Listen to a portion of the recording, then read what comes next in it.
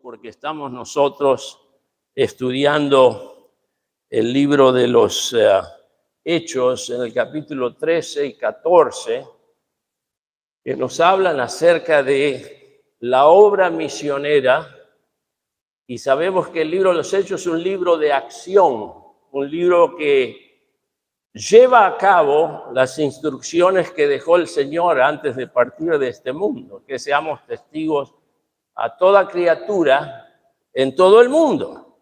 Entonces, es de suma importancia, porque si bien nos atraen y nos concierne lo que está ocurriendo en el día a día en nuestro mundo alrededor, Dios lo que tiene es un panorama mucho más amplio y está pensando en el bienestar de los individuos, de las familias, en el establecimiento de iglesias, en la salvación de las almas por toda la eternidad. Entonces, cuando uno se pone a poner las cosas en la balanza, ¿cuál es más importante? ¿Cuál es más importante? No le resto importancia a lo que está ocurriendo aquí porque, como decíamos, nos afecta a todos. Pero debemos enfatizar las cosas que Dios enfatiza, porque después de todo, a Él vamos a rendir cuentas un día. Entonces, como decíamos, Hechos 13 y 14 nos hablan a nosotros acerca de este primer viaje misionero de Pablo y Bernabé, quienes salieron de la iglesia de Antioquía en Siria para llevar el evangelio a los lugares más allá de donde ellos se encontraban. Entonces veíamos anteriormente, y vamos a hacer como si fuera una conclusión en estos capítulos que nos llevan a la mitad del libro de los Hechos, y luego va a haber un cambio en el capítulo 15, pero en los capítulos 13 y 14 veíamos nosotros primero y ante todo la iglesia local. La iglesia local allí en Antioquía de Siria, cómo estaba compuesta, quiénes estaban liderando, qué es lo que estaba ocurriendo, cómo el Espíritu Santo apartó a Bernabé y a Saulo para que la obra que tenían que ir a hacer, cómo ellos salieron en obediencia al Señor, cómo la iglesia, mientras que ellos estaban ministrando, enviaron a estos dos y a su equipo, Marcos con ellos, Lucas sin duda con ellos, a evangelizar. Entonces veíamos no solo la iglesia local, veíamos la iglesia enviadora y también a la iglesia evangelizadora. O evangelizamos o nos fosilizamos. O evangelizamos o nos fosilizamos. Si nos quedamos contentos y tranquilos pensando, ay, qué bueno es tener comunión con los hermanos y venir y reunirnos en cada reunión y pasarla bien como la pasamos, y perdemos la visión, lo que el Señor nos dijo, es una iglesia que está en decadencia y que va a morir. Si alzamos nuestros ojos y miramos a los campos, que vemos la gente toda a nuestro alrededor, que se está perdiendo en necesidad de ser salva por Cristo Jesús, y vamos a buscarlos y vamos a compartirles la palabra de Dios y vamos a tratar de ganarlos para Cristo, entonces hay esperanza de que una iglesia viva y siga creciendo. ¿Qué iglesia queremos nosotros? Una iglesia pujante, una iglesia viva, una iglesia activa, una iglesia que el Señor pueda mirar y decir qué bueno lo que están haciendo, su trabajo de amor, su servicio, su sacrificio, o están el Señor contemplando una iglesia que está contenta con sí misma y quedada. Entonces, aquí vemos un ejemplo y aquí tenemos un modelo de cómo se llevaba a cabo la obra del Señor y el evangelismo a través de los siervos de Dios. Entonces, la iglesia evangelizadora, y también veíamos a una iglesia en transición, eso en el capítulo 13, cómo se iba a llevar el evangelio de los judíos hacia los gentiles. Entonces, muy importante en esa transición. Luego vemos el capítulo 14 y cómo en el avance de ciudad a ciudad evangelizando tenían distintas experiencias los apóstoles. Y decía el Dr. Smith un día, si vos querés vivir una verdadera aventura en la vida, ríndete a la voluntad de Dios. ríndete a hacer lo que Dios quiere para tu vida. Y te puedo asegurar que jamás vas a vivir una aventura más extraordinaria, porque sirviendo al Señor, él decía, llegaba a alguna ciudad con todas situaciones distintas, idiomas distintos, culturas distintas, y él se preguntaba, me pregunto lo que Dios va a hacer ahora. Es decir, ¿qué es lo que Dios va a hacer ahora?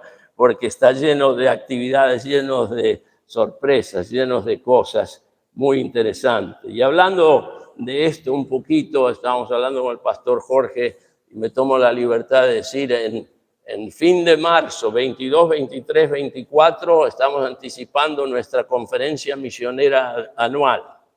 Y si Dios quiere, estaría viniendo el Dr. Smith para estar con nosotros. Él tiene 89 años. Ahora no lo piensen viejo. Bueno, tal vez podemos pensar a mayor, ¿no? Alguien decía, pastor, hablando de nosotros, decía, ¿está jubilado o retirado? Decía, viejo sí, jubilado o retirado no. Amén. Seremos mayores, pero en actividad.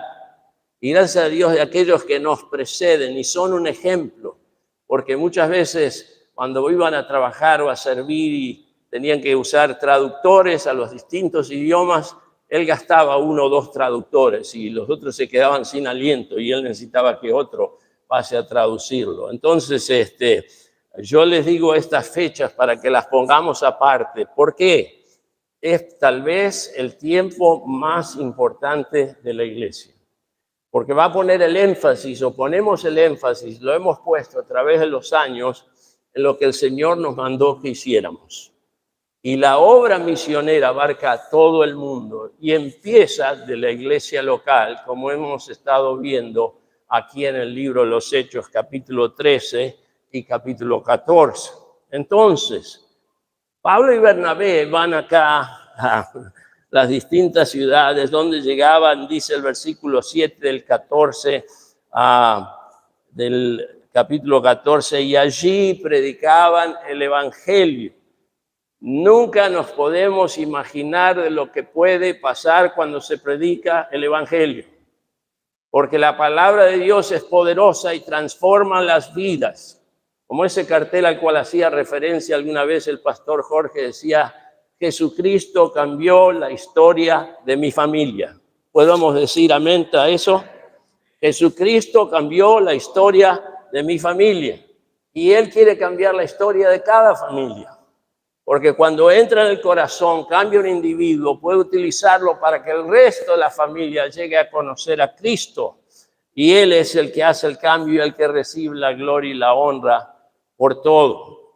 Lo sigue haciendo hoy en día. No es que pasó antes, no es que solo pudo hacerlo en aquel entonces. Dios lo hace hoy en día donde se predica su palabra. Entonces, cuando ellos estaban en Listra, dice que había un hombre sentado, versículo 8, imposibilitado de los pies, cojo de nacimiento, que jamás había andado. Este oyó hablar a Pablo, el cual fijando en él sus ojos y viendo que tenía fe para ser sanado, dijo a gran voz, levántate derecho sobre tus pies. Y él saltó y anduvo.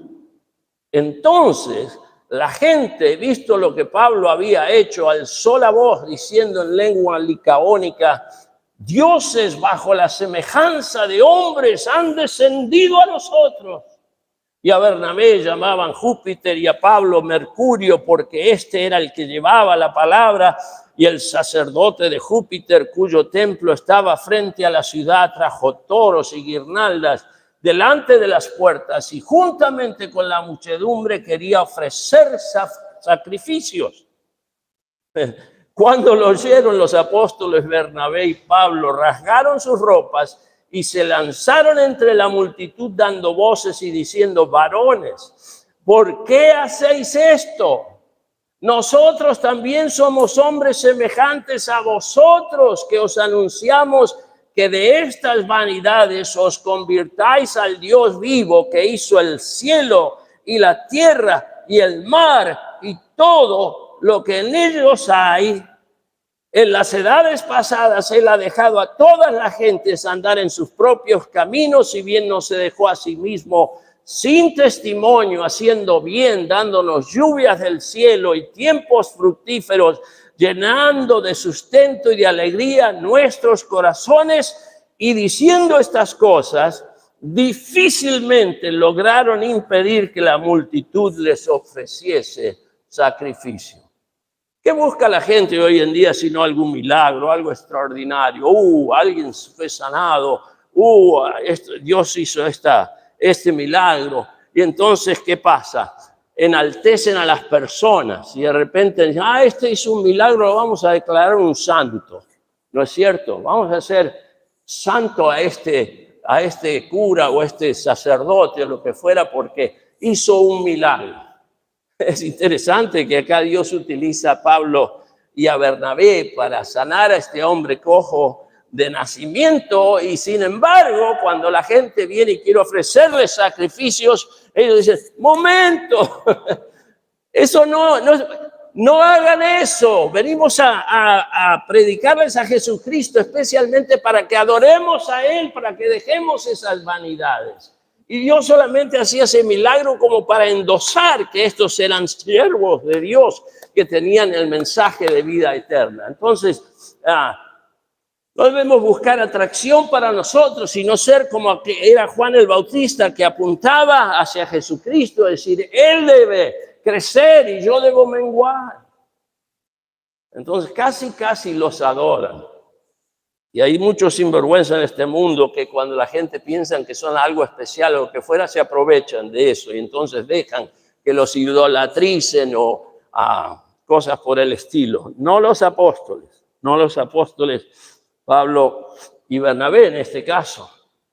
Y diciendo estas cosas, difícilmente lograron impedir que la multitud les ofreciese sacrificio. Pero ¿saben? Las multitudes muchas veces son influenciables por las circunstancias o las personas. Y en este caso, fíjense lo que dice ahora el versículo 19. Entonces vinieron los judíos de Antioquía y de Iconio que persuadieron a la multitud y habiendo apedreado a Pablo, le arrastraron fuera de la ciudad pensando que estaba muerto. Entonces pueden las multitudes pasar de adorar a querer matar, porque pensaban que estaba muerto. Así que eso no es lo que corresponde, eso no es lo que se debe buscar. ¿Qué hicieron los apóstoles? Dice versículo 20, pero rodeándole los discípulos se levantó, esto es Pablo, y entró en la ciudad y al día siguiente salió con Bernabé para Derbe.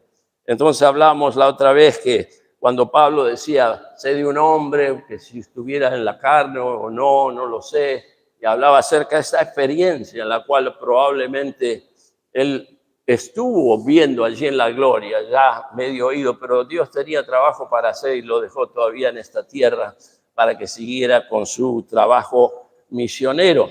Entonces, ¿qué hicieron cuando esto ocurrió? No perdieron tiempo. Al día siguiente, después de haber sido apedreado, después de haberlo tenido por muerto, se levantan y van y predican el evangelio en la siguiente ciudad. Y así van anunciando, versículo 21, y después de anunciar el evangelio a aquella ciudad y de hacer muchos discípulos, volvieron a Listra, Iconio y Antioquía, confirmando los ánimos de los discípulos, exhortándoles a que permaneciesen en la fe y diciéndoles, es necesario que a través de muchas tribulaciones entremos en el reino de Dios. Entonces, hermanos, en vez de que otros los animaran a ellos y dijeran, pobre Pablo, mira lo que pasó, casi lo matan.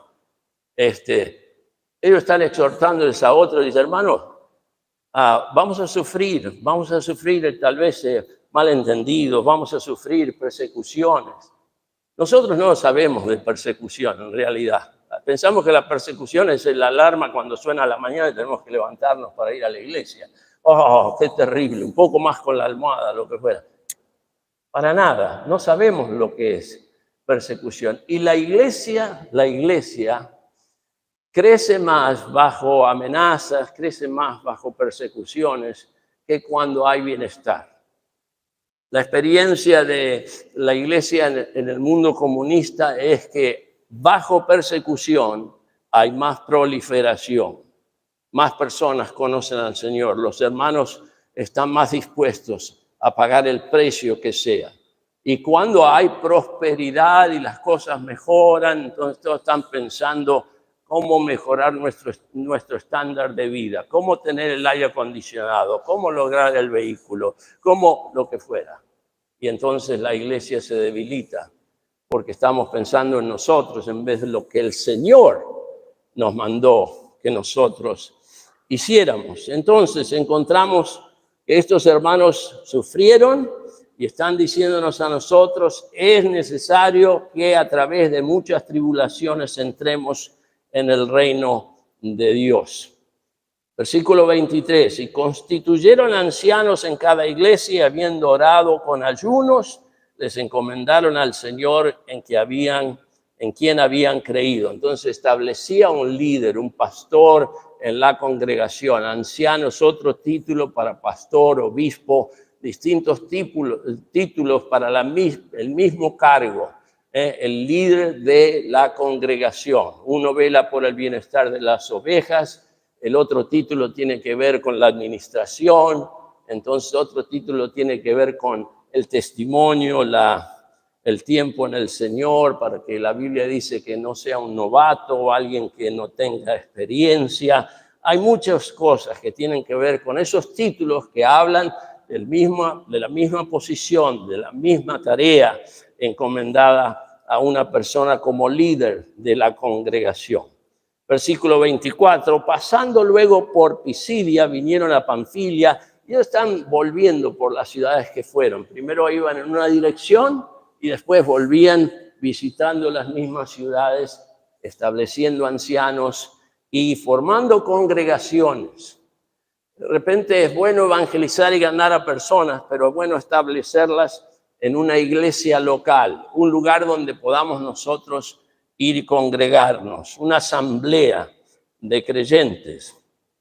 Y luego dice entonces, versículo 25, y habiendo predicado la palabra en Perge, descendieron a Atalía, y miren el versículo 26, por favor, y leámoslo juntos, si están ahí conmigo en ese pasaje, Hechos 14, 26. ¿Están ahí? Leamos juntos el 26. De allí navegaron a Antioquía, desde donde habían sido encomendados a la gracia de Dios para la obra que habían cumplido. Entonces, vemos aquí la iglesia donde ellos empezaron, donde ellos salieron, de donde fueron enviados, ahora recibiéndoles cuando ellos están regresando. Por eso quiero hablarles un poquito acerca de la iglesia como enviadora y receptora.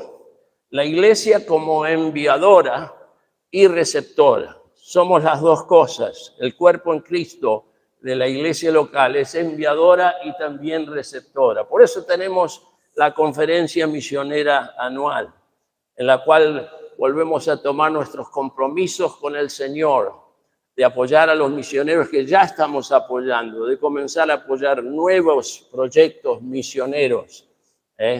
Y uno piensa, pero pastor, ¿usted es ajeno a lo que está pasando en el país y la economía? No, no soy ajeno a eso. Pero la obra de Dios tiene otra economía, porque es por la fe. Es por la fe. Confiando en Dios, uno hace lo que el Señor pone en su corazón y la gente se sorprende. A veces pregunta, ¿y ustedes cómo se sostienen? Me preguntaba un hombre en Bahía Blanca, el vecino de la casa donde estábamos, se llama Javier, de paso también. ¿Y ustedes cómo se sostienen?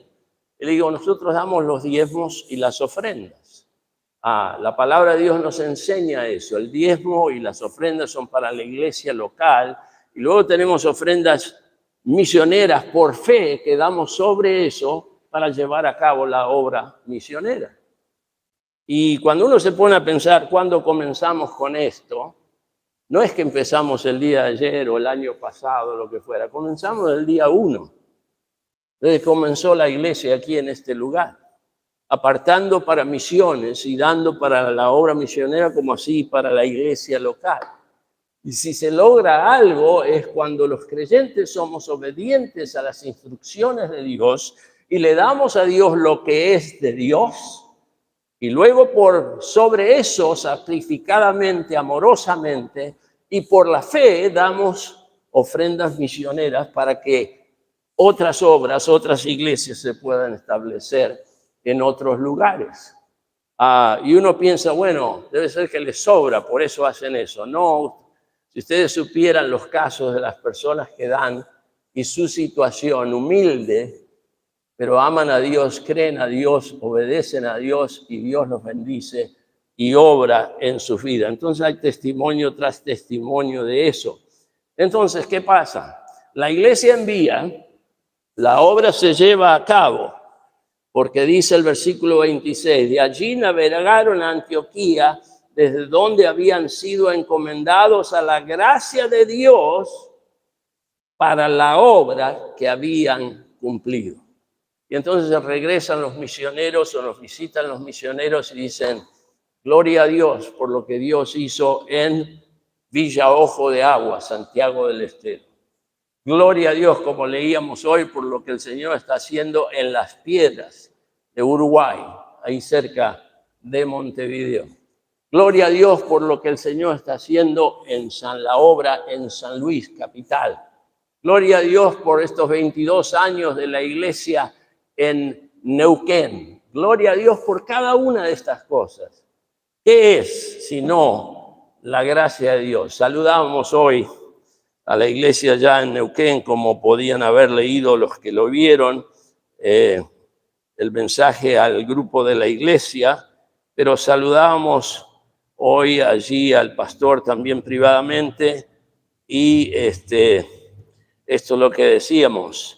Felicitaciones a nuestra querida hermana Iglesia Bautista Bíblica de Neuquén por vuestro, ¿cómo se dice? 12º aniversario. 22º aniversario. Yo puse 22 de O, ¿no? Por lo que fuera. Dios siga usándoles y bendiciéndoles abundantemente. Les amamos por la iglesia IBF, por la IBF en Tesey, Buenos Aires, pastores Alberto y Jorge Mular. Y la contestación venía, decía, por la gracia del Señor, hasta aquí llegamos. Gloria a Dios y muchísimas gracias por sus saludos que serán extendidos a la congregación. Dios los bendiga y les prospere en este día. Saludos a la IBF con amor en Cristo, Pastor Gustavo López. Entonces, hermanos, esta es la obra.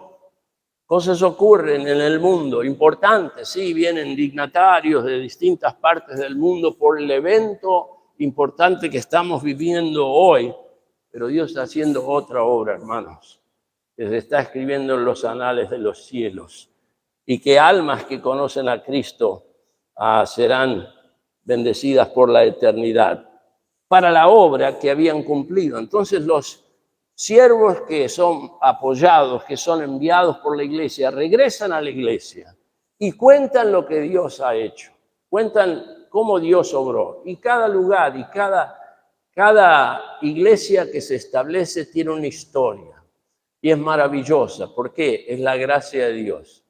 Era como Bernabé cuando llegó a Antioquía y vio la gracia de Dios. ¿Qué es lo que vio?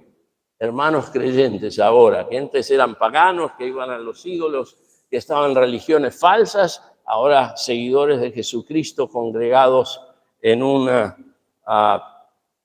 iglesia. Bueno, y habiendo llegado, dice el versículo 27, y reunido a la iglesia, refirieron cuán grandes cosas había hecho Dios con ellos y cómo había abierto la puerta de la fe a los gentiles. ¿Qué pasó? La iglesia primitiva era mayormente judía en su carácter. ¿Por qué?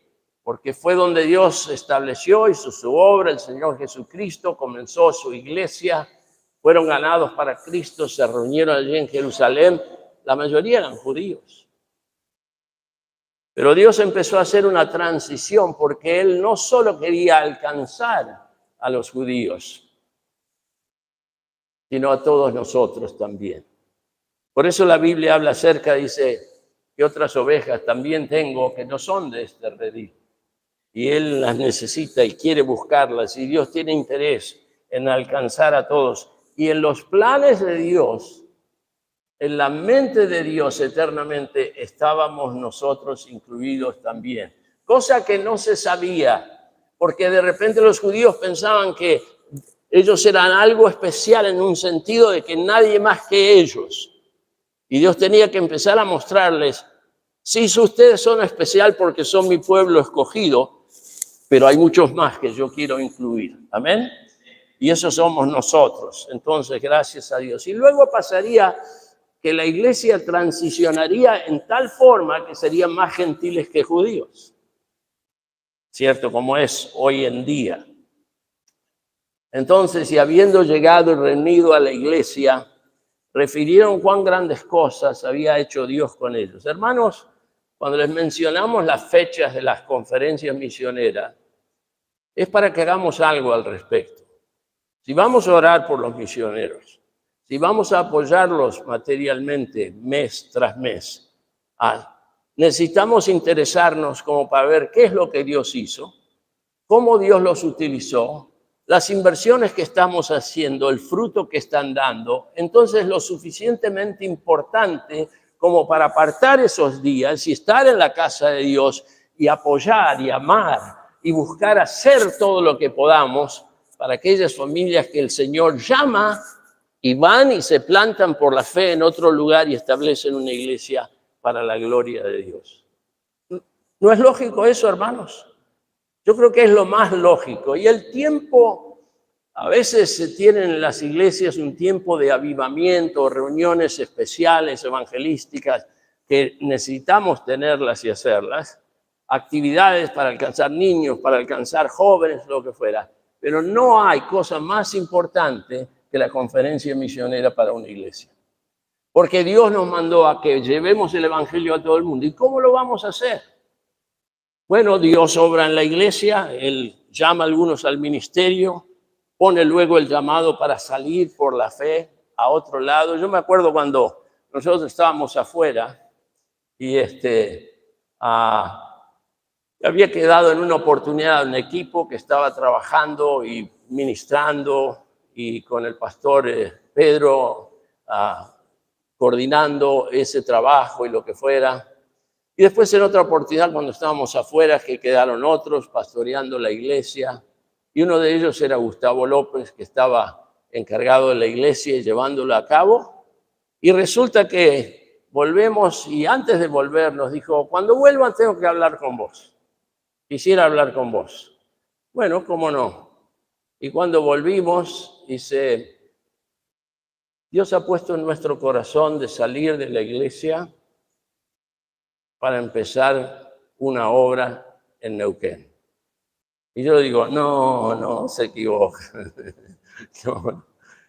Estábamos cómodos, contentos, la obra estaba progresando, siendo bendecida, y de repente hubiéramos querido que todo siguiera igual. Pero cuando Dios llama necesitamos ser obedientes.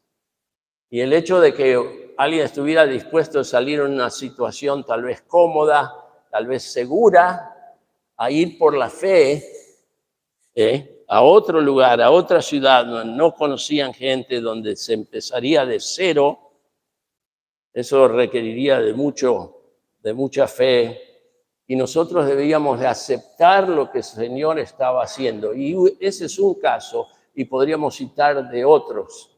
Podemos citar a lo mejor del pastor Horacio Luisi, que se llevó a Alejandra de entre medio de nosotros, que era como la mano derecha para mi esposa, de ayuda en la obra y todo. Ale estaba siempre ahí, un paso adelante, haciendo el ministerio más fácil. O sea, ayudando al punto, pensando en lo que haría falta, y siempre estaba un pasito ahí para hacer que la obra avance más. Y cuando alguien vino y se la llevó y después, bueno, pérdida para nosotros, ganancia para otros. Amén. Y yo no sé si es pérdida, pero bueno, se fueron a Junín, establecieron una iglesia, tuvieron allá no sé cuánto, 15 años, lo que fuera, y Dios llama y los envía a ir a Cuba. Cuba está cerrada. ¿Dónde van? Van a México. Allí están levantando una iglesia en Colima, México, en la parte oeste de México, a la altura más o menos de la Ciudad de México, pero en la costa, más hacia la costa, y están trabajando para llegar a Cuba con el evangelio, con ayuda para los hermanos en el lugar, en cada oportunidad que tienen. Entonces, la obra misionera, queridos hermanos, y habiendo llegado y reunido a la iglesia, refirieron cuán grandes cosas había hecho Dios con ellos y cómo había abierto la puerta de la fe a los gentiles. Uno no sabe, cuando llaman una puerta, qué puerta puede abrir el Señor a través del evangelio en esa familia y a todos a su alrededor. Lo cierto es que necesitamos ser nosotros obedientes. Entonces podríamos decir que el título para este pasaje sería La iglesia como enviadora y receptora, o yendo y viniendo a Dios obedeciendo. Yendo y viniendo a Dios obedeciendo. A veces uno no entiende todo lo que implica obedecer el llamado de Dios. A veces uno no entiende lo que es el ministerio. Alguno podría mirar el ministerio, como a alguien se le ocurría de joven, es estar parado delante de una gente, bien vestido, con una corbata, una camisa, abriendo esto y diciéndole a la gente lo que tiene que hacer. Cuidado, porque Dios podría llamarte entonces al ministerio. Dios podría llamarte a la obra de Dios. Entonces, es un privilegio, es una bendición. No deja de ser una vida consagrada, de consagración y sacrificada, pero es la mejor de todas. Alguien decía, si alguien trata de entrar en el ministerio, si alguien trata de entrar en el servicio a Dios sin que Dios lo llame, es un loco. Pero si alguien no responde al llamado de Dios cuando Dios lo está llamando, es un tonto. Es un tonto. ¿Por qué? La voluntad de Dios es buena, agradable y perfecta. ¿Y qué pasó entonces con Pablo y Bernabé? Versículo 28 dice, y se quedaron allí mucho tiempo con los discípulos. Entonces, el equipo misionero salía, iba, predicaba el evangelio, establecía iglesias, ordenaba ancianos o pastores para que siguieran con esas congregaciones. Iban así ciudad por ciudad y luego regresaban a su iglesia y compartían lo que Dios había hecho por su gracia. Ese es el esquema sencillo de la obra de Dios. ¿Para qué estamos aquí? ¿Para qué existe la iglesia? ¿Cómo se solventa la iglesia? ¿Recibimos donaciones, apoyo material del Estado? No.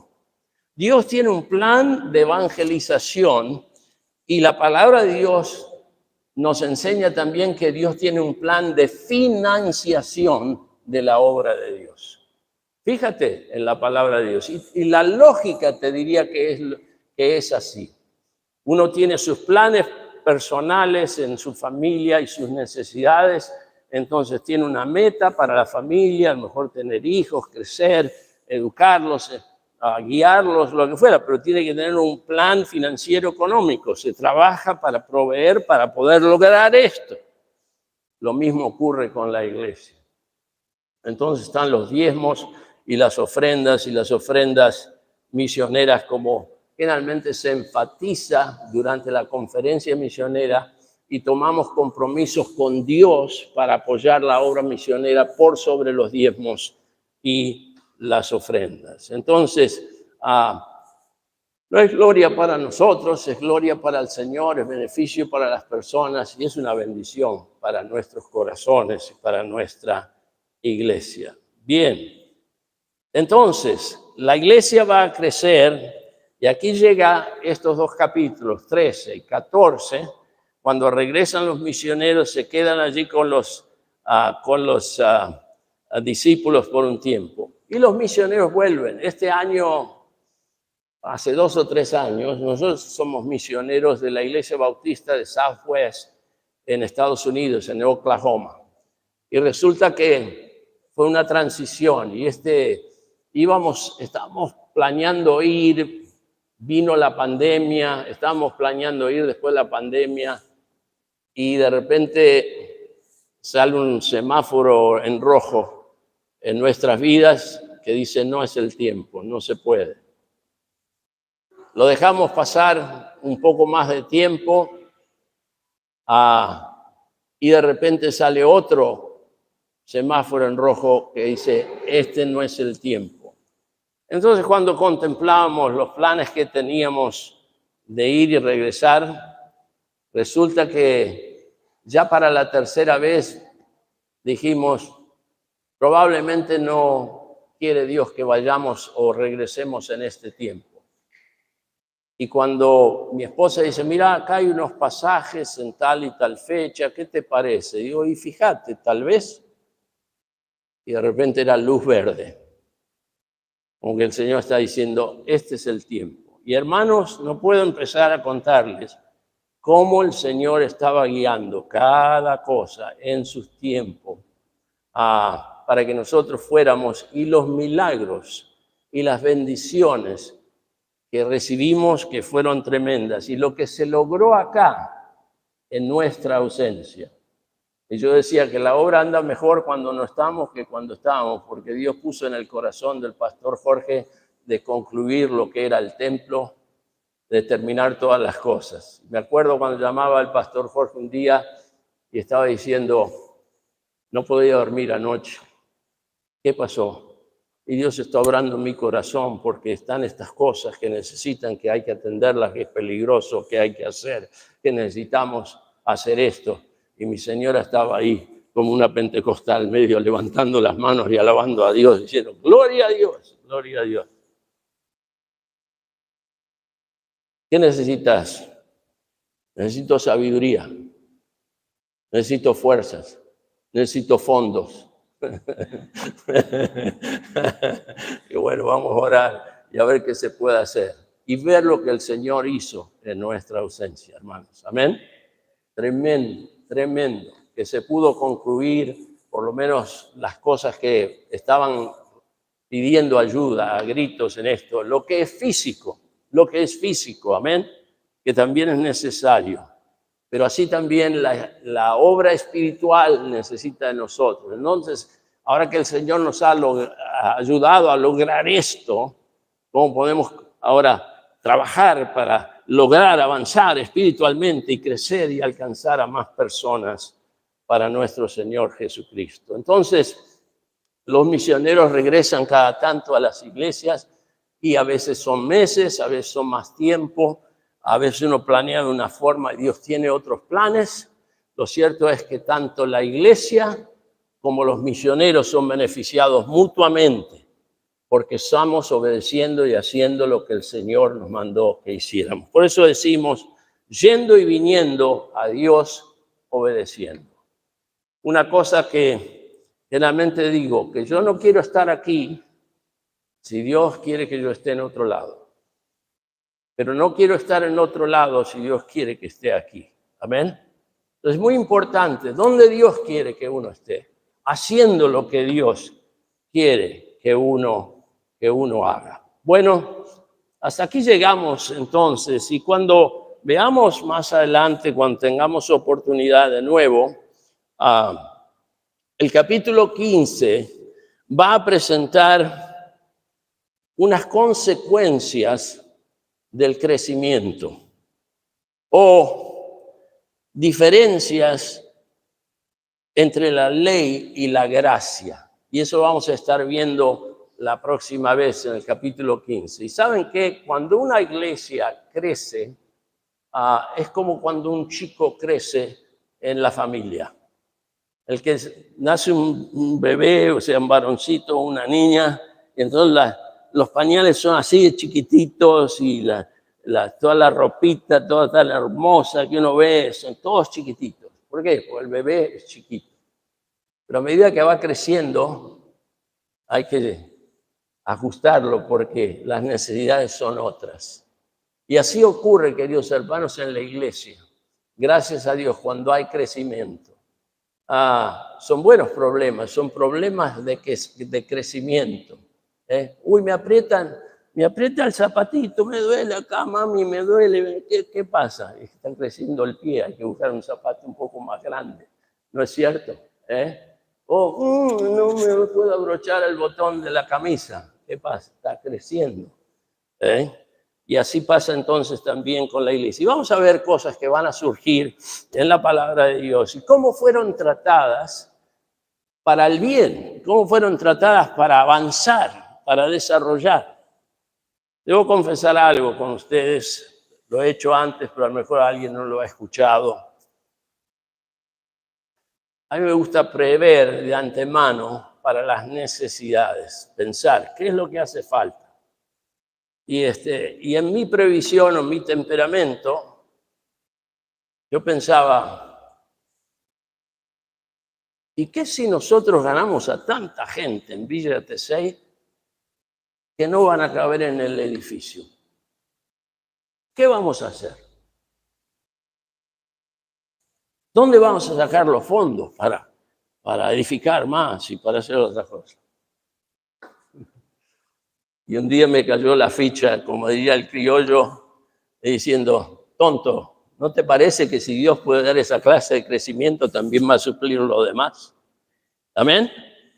¿Amén? Entonces tengamos visión, creámosle a Dios y pidamos que el Señor bendiga, que obre, que salve, que más familias puedan venir a la iglesia y que podamos crecer y que estemos contentos cuando vienen personas y los recibamos y no digamos, bueno, este es mi asiento, yo me siento acá, dale el asiento, que se quede el que visita, ponete a otro lugar, ¿qué problema hay? ¿No es cierto? Amén. Y Dios va a bendecir y la obra se va a hacer. Entonces, lo más interesante, y hablamos de esto con el pastor Jorge esta semana pasada, lo más interesante es que la obra no es el edificio, la obra no es los lugares que Dios nos ha provisto. La obra son las personas. Amén. El cuerpo eres tú y yo y quien más Dios quiera añadir cada día a su iglesia, como lo hacía en aquel tiempo. Entonces nosotros debemos de ser receptivos.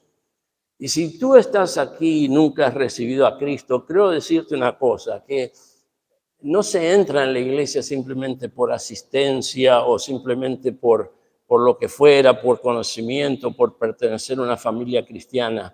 Uno pasa a ser un hijo de Dios por medio de la fe en Jesucristo. Y eso es obra que Dios solo puede hacer. ¿Cómo? Cuando escuchas el Evangelio. ¿Qué es? Que Dios te ama. Y Jesucristo vino y tomó tu lugar y pagó por tus pecados. Y que sin Él estamos perdidos. Y que necesitamos arrepentirnos de nuestros pecados y pedirle a Él que nos perdone, que nos salve, que venga a nuestro corazón y nos convierta, nos haga sus hijos, sus hijas en Cristo Jesús. Ese, queridos hermanos, es el Evangelio, las buenas noticias, lo que Dios hizo por nosotros. Cuánto nos amó, qué invirtió Él, a quién dio, y esto es a su Hijo Jesucristo para tomar nuestro lugar, para pagar por nuestros pecados. Cuando uno se da cuenta de eso y le recibe y le cree, y Él pasa a ser su Salvador, es convertido, transformado, entonces pasa a ser un hijo de Dios, una hija de Dios. Y luego, por supuesto, seguimos en obediencia en los pasos que hay que dar, del bautismo, de la membresía en la iglesia y creciendo así en adelante. Entonces, no es un acomodamiento, no es un acostumbramiento, sino es un nuevo nacimiento, lo que Dios quiere hacer con cada uno de nosotros. Entonces, mi pregunta es en esta mañana, ¿has recibido a Cristo como Salvador personal?